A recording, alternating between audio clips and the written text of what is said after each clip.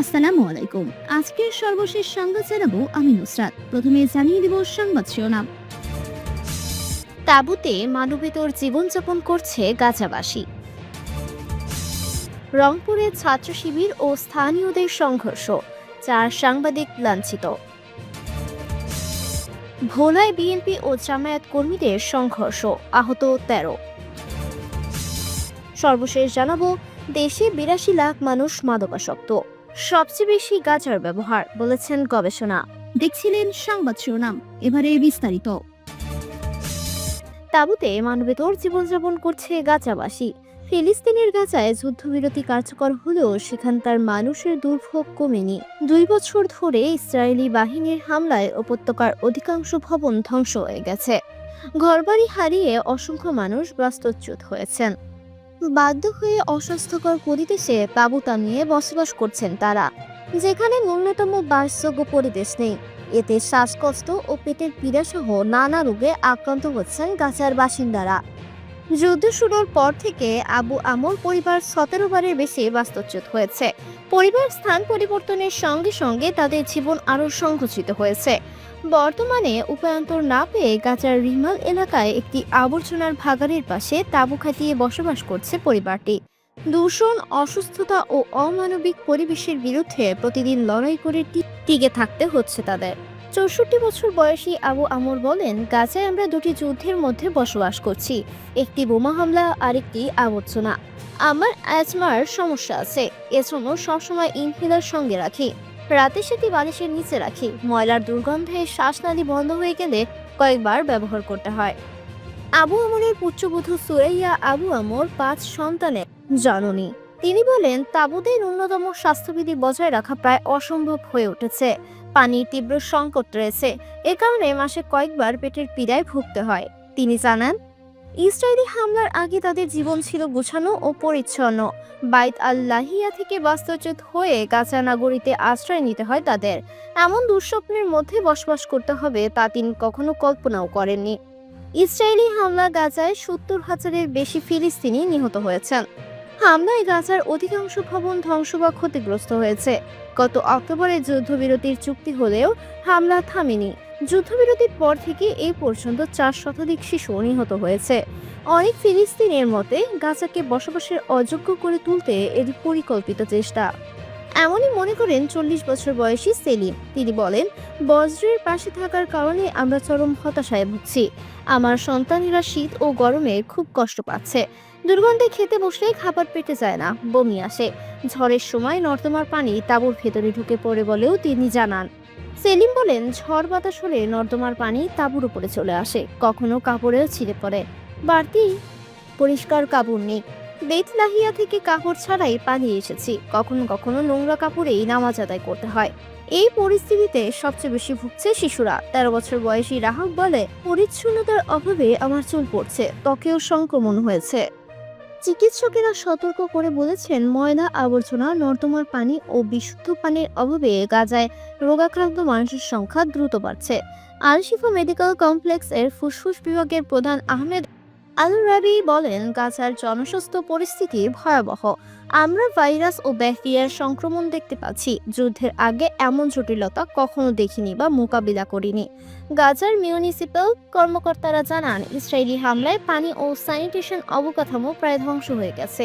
গাজায় মিউনিসিপ্যালিটির জনসংযোগ বিভাগের প্রধান আহমেদ দুইরিয়েমলি বলেন, গাজা নগরীর ভেতরে 1.5 লাখ মিটারের বেশি পাইপ এবং প্রায় 85% পানির কূপ ধ্বংস হয়েছে।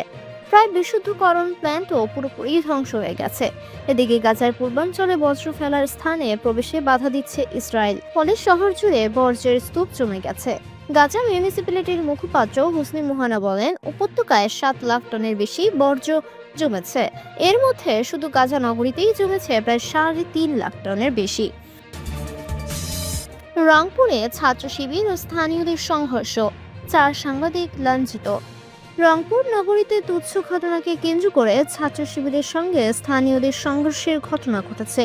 এ সময় সংবাদ সংগ্রহ করতে গেলে ছাত্র শিবিরের নেতাকর্মীদের হাতে 4 জন সাংবাদিক লাঞ্ছিত ও আহত হয়েছেন। রোববার 25 জানুয়ারি বিকেলে নগরীর রাধাবল্লভ এলাকায় এ ঘটনা ঘটে। স্থানীয় সূত্রে জানা যায়, রাধা বল্লভ এলাকার দোকানদার রেজাউল ইসলাম দোকান পরিষ্কার করছিলেন। এই সময় কয়েকজন ছাত্রের সঙ্গে তার বাক্যিতণ্ডা শুরু হয় এবং এক পর্যায়ে তাকে মারধর করা হলে তার মাথা ফেটে যায়। পরে তাকে রংপুর মেডিকেল কলেজ হাসপাতালে ভর্তি করা হয়। এই ঘটনার জেরে স্থানীয়দের সঙ্গে ছাত্র শিবিরের নেতাকর্মীদের দফায় দফায় সংঘর্ষ হয়। এতে ছাত্র শিবিরের দুই কর্মী আলিফ ইমরান ও শিহাব ইসলাম আহত হন। পাশাপাশি কয়েকজন স্থানীয় বাসিন্দাও আহত হয়ে রংপুর মেডিকেল কলেজ হাসপাতালে চিকিৎসা নেন। ছাত্র শিবির নেতা মোহাম্মদ আতিক বলেন, স্থানীয় এক দোকানদারের সঙ্গে কয়েকজন ছাত্রের সংঘর্ষ হয়, এতে কয়েকজন আহত হয়েছেন, তবে এটি কোনো রাজনৈতিক সংঘর্ষ নয় বলে দাবি করেন তিনি।